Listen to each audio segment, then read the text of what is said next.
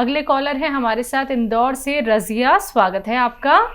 हाँ मेरे देखो मैडम, एक बात सुना आप मेरे दो तीन, एक तो हकीम साहब से मुझे बात करनी है, उसके बाद 2 सवाल है, पूरी बात सुन लेना बेटा, मेहरबानी होगी। जी जी, मैं सुन रहा हूँ आपकी बात रजिया जी। अस्सलाम जी वालेकुम। अरे वालेकुम सलाम। बस आपके, मैं तो बहुत सारी दवाएं ले रही हूँ, मुझे बात भी करते हो होती, मैं हार्ट की मरीज हूँ, मैं बीपी था मुझे, कोलेस्ट्रॉल इतना बढ़ा हुआ, और मैं है ना लॉकडाउन से पहले है ना जैतून का सिरका ले रही, तो मुझे इतना फायदा हुआ कि मैं बस ये अल्लाह ताला ने हकीम साहब को बहुत बेवहा ऐसा खजाना दे दिया कि अल्लाह ताला की तरफ से वो सबकी मखलूक की मदद कर रहे हैं, और मेरी तकलीफ सारी कम हो गई। मुझसे इतने लोग जुड़ गए कि सबको मंगा के देना पड़ता, सबके नंबर देते मुँह में। और मैंने फिर है ना शैम्पू मंगाया, तो उसके हैरत अंगेज ऐसे फायदे हुए कि मैं कुछ कर ही नहीं सकती हूँ, कि तारीफ क्या करूँ, कुछ समझ में नहीं आ रहा है। तो मेरे शैम्पू और ऑयल से मुझे पता ही नहीं था, मेरे गंज हो रही थी, मैंने अपने सर में उसके बाल आने के लिए आगे से इसके लिए इस्तेमाल किया, लेकिन वो इस्तेमाल मेरे लिए एक ऐसा फायदा बन गया कि मेरे बाल ऐसे हो गए कि सारे लोग भी तारीफ करते हैं। अल्लाह का शुक्र है, अल्हम्दुलिल्लाह, जज़ाकल्लाह। हाँ, ये आपको अल्लाह ताला ने दिया है, आप कुछ ऐसा आपका एक ऐसा मौनू बनाए। मुझे बोलना नहीं आता, मैं उर्दू फारसी पढ़ी हूँ, मेरे वालिद भी हकीम थे। अच्छा, तभी हाँ, आप मेरे इतनी वालिद भी पेचीदगी हकीम से थे बात कर रही हैं। और यूनानी हकीम थे। हाँ जी, यूनानी दवाखाना था राजस्थान में, जोधपुर में। क्या तो वो भी हकीम थे, उनकी किताबें भी है मेरे पास, बहुत पुरानी है, हाथ लगाते हैं तो बर्फ फटता है। क्या बाहर से लाई हुई, लेकिन है ना आपकी दवाओं से मुझे बहुत फायदा होगा। जब तो हम छोटे थे, हम उन्हें देखा तो है, लेकिन इस्तेमाल नहीं कर पाए ज्यादा उनके, लेकिन उनके साथ दवा खाने जाती थी तो वो मरीजों को जो दवाएं देते थे, तो मेरे अब्बा जी को बहुत दुआएं देते थे वो, कि आपने क्या हमें दे दिया, ऐसी हो गई। तो और आपके सिरके से आपके ये आप बहुत सारा आ रहा है, मुझे नाम भी नहीं आ रहा है सामान जो मैं मंगा रही हूँ, माशाअल्लाह। कि बस अल्लाह पाक ने हकीम साहब को, अल्लाह पाक ने दिया है, और वो मखलूक की खिदमत कर रहे हैं, हर शख्स की जिसको भी फायदा पहुंच रहा है। और अभी मैंने मोरिंगा गोंद मंगवाया है।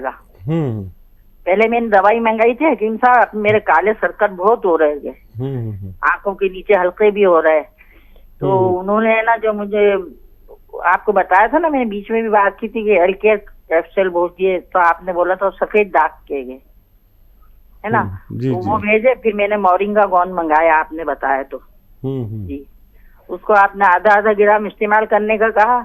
और एक सवाल और रहेगा, एक बच्ची हैगी जी, उम्र बताइए। तो उसकी उम्र होगी 28-29 साल की होगी, 30 साल की होगी शायद, ऐसी बस। और ये बच्चों को जहाँ से दूध पिलाते हैं ना उसके, अब मुझे बोलना नहीं आता, नंगी साथी ना कुछ, मैं अपनी जबान में बोल रही हूँ। ठीक है।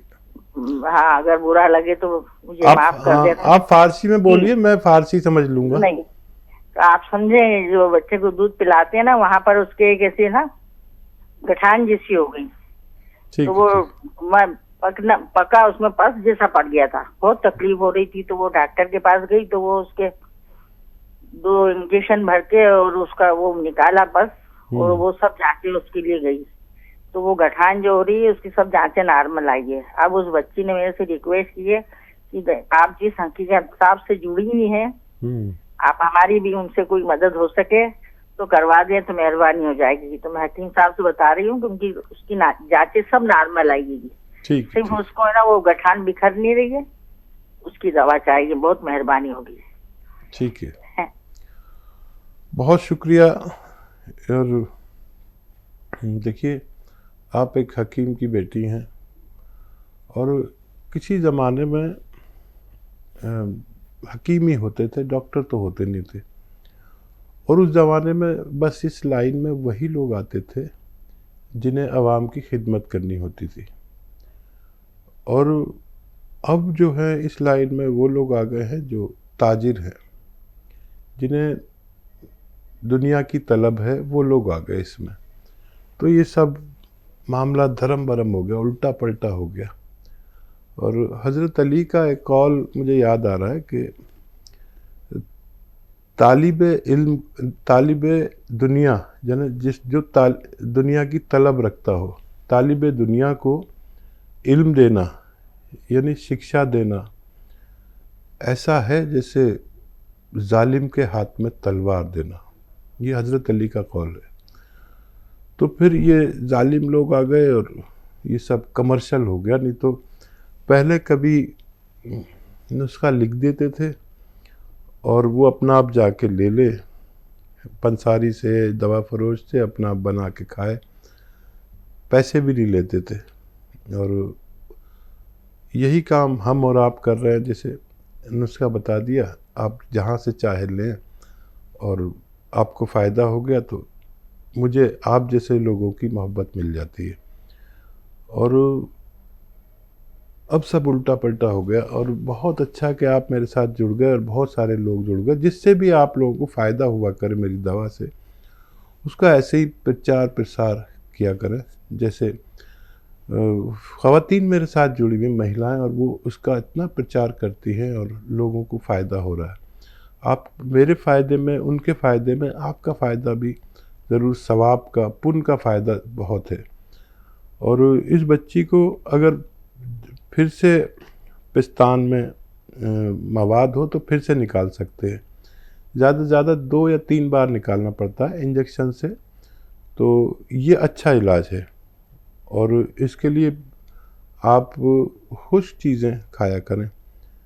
खुश्क चीज़ों में आंवला, अगर कच्चा उन्हें चलता है तो कच्चा आंवला खाया करें, इससे भी उनको फ़ायदा होना मुमकिन है। बहुत शुक्रिया आपका फ़ोन करने का। अगले कॉलर हैं कमलेश जी, स्वागत है आपका। हेलो। हाँ जी, बोलिए। नमस्ते मैडम जी। नमस्कार। नमस्ते हकीम साहब जी। आदाब। हाँ जी, मेरे को ना वीकनेस तो बहुत हो रही है। मेरे को 2 दिन बुखार चढ़ा था मैम जी, और उसके बाद मेरे को ग्लूकोज लगी है। मेरी प्लेटलेट्स कम हो चुकी थी बहुत ज्यादा। तो उसके बाद क्या हुआ कि मेरे को वीकनेस बहुत ज्यादा आई पड़ी है जी। वीकनेस बहुत है। आपकी उम्र क्या है? 35 साल उम्र है, और मेरे को बाथरूम रात को कम से कम 15-20 दफा चली जाती हूँ। ठीक है। कोई भी एंटी एलर्जिक टैबलेट आप लीजिए और डायबिटीज़ चेक करा लें। वैसे तो हुआ होगा, जब ड्रिप चढ़वाई है तो आपको ब्लड भी टेस्ट कराना चाहिए था। आपका खून पतला हो गया था, प्लेटलेट कम हो गए थे। प्लेटलेट्स के लिए एक बहुत अच्छी दवा है, आप 1 हफ्ते खाएं बस, और वो भी मुफ्त की दवा है। मुफ्त की दवा, देखिए पपीता आप खाते हैं, लेकिन मैं पपीते के पत्ते की बात कर रहा हूँ। एक 3-4 इंच का पपीते का पत्ता सुबह खा लीजिए, चबा के खा लें या पीस के खा लें, पानी मिला के खा लें। 3-4 इंच का पत्ता, एक पत्ता 3-4 इंच का शाम को ले लें। आपकी प्लेटलेट्स जो हैं वो खून पतला होने को कहते हैं, और ये जब पतला हो जाता है तो खून में ताकत नहीं रहती। तो ये 1 हफ्ते खाना, आपकी तमाम ताकतें वापस आना मुमकिन है जी। करनाल से हैं सतीश कुमार जी, स्वागत है आपका। हाँ जी, हेलो। बताइए। हाँ जी, मैंने गूंद सफेद वाला मंगवाया था। वो मैं खा भी रहा हूँ 1 महीने से। जो मेरे को दिक्कत है, अभी कुछ ठीक नहीं हो रहा। दिक्कत क्या है आपको? मेरे को लैट्रिन बार बार जाना पड़ता है जी हकीम साहब। और दूसरा मैं जैतून।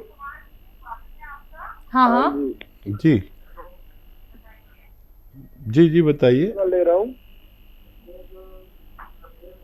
सर, बात कंप्लीट कर लीजिए। अगर आप टीवी से सुनेंगे तो बहुत देर में आपको आवाज मिलेगी। सवाल कर लीजिए पूरा। हाँ, मेरे को बार बार जाना पड़ता है। ठीक। और जैतून का सिरका भी मैंने मंगवा रखा है। वो भी मैं एक जो लेता हूँ, मेरी टांग में दर्द हो जाता है, कमर में और टांग में दर्द होता है पीने से 3-4 दिन हफ्ता। ठीक। हाँ देखिए, एक तो ये कि आपको गोंद जो लेना है वो बादाम का लेना है, पेट अगर आपका बार बार ख़राब होता है, बाथरूम बार बार जाना पड़ता है तो बादाम का गोंद लें, उससे आपको फ़ायदा मुमकिन है। और जैतून का सिरका अगर आपको दर्द करता है, वैसे तो कमर में दर्द नहीं करता, घुटने में दर्द नहीं करता, तो इसमें आप अदरक का और लहसुन का जूस मिला लें बराबर बराबर वज़न में। जब ये कर लेंगे तब आप लेंगे तो आपको फ़ायदा होना मुमकिन है। जी, गीता है एमपी से, स्वागत है आपका। जी दीदी, मेरे ना 2-3 सवाल हैं। एक तो मेरी मासी है, 70-75 साल की उम्र है, तो उनको ना लेट्रिन होती है तो पता ही नहीं चलता है, जैसे लेट्रिन हो जाती है पता ही नहीं चलता है। और मुझे ना दांतों में जैसे बहुत दर्द और सूजन और दाढ़ में भी प्रॉब्लम हो जाती है, जैसे दर्द होता है, तो उसके लिए क्या करना चाहिए? ठीक है। और ना दीदी मेरा तीसरा सवाल ये है कि मुझे ना कब्ज इतनी है कि मुझे ना अंगुलियों से निकालना पड़ता है, इतनी ज्यादा कब्ज है। ये दिक्कत आपको है? जी, ये दिक्कत मेरे को है। आपकी उम्र क्या है? मेरी उम्र 50 साल है। 50 साल है, बहुत ज्यादा कब्ज की दिक्कत है मेरे को, तो उंगलियों से निकालना पड़ता है। मैं चाहे कुछ भी ले लूं, कुछ फायदा ही नहीं करता है। ठीक है, ठीक है जी जी। बताइए क्या सवाल? पहला सवाल तो ये है कि इनकी रिलेटिव हैं जो, वो 75 साल की हैं, जो मोशन हो जाता है पता नहीं चलता है। हाँ देखिए, इन रिलेटिव को आप मूंग की दाल कसरत से खिलाएं, मूंग की दाल। और अगर बीपी डाउन रहता है तो ज़रा सा नमक इनके खाने में बढ़ा दें। अक्सर ऐसे लोगों को बीपी डाउन रहता है, तो 1 कॉफ़ी या 2 कॉफ़ी दिन में पिलाया करें। इसी तरह इनका ख्याल रखें। कोई दवा देना ठीक नहीं, अपने डॉक्टर से ले लिया करें जो भी दवा आप देना चाहें। और दूसरा सवाल, इनकी खुद की उम्र है 50 साल, दांतों में दर्द, दाढ़ में दर्द और कब्ज़ की शिकायत इतनी है कि मोशन पास होने में बहुत तकलीफ़ होती है।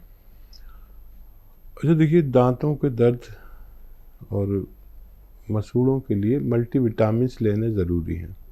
हो सकता है डॉक्टर आपको दे रहे हो मल्टीविटामिन्स के कैप्सूल, रोज़ाना 1 लेते हैं जो कैल्शियम के साथ आते हैं। मल्टीविटामिन्स कैल्शियम की गोली 1 हफ्ते में 1 ज़रूर लिया करें, इससे दांत और उनका दर्द जाना मुमकिन है।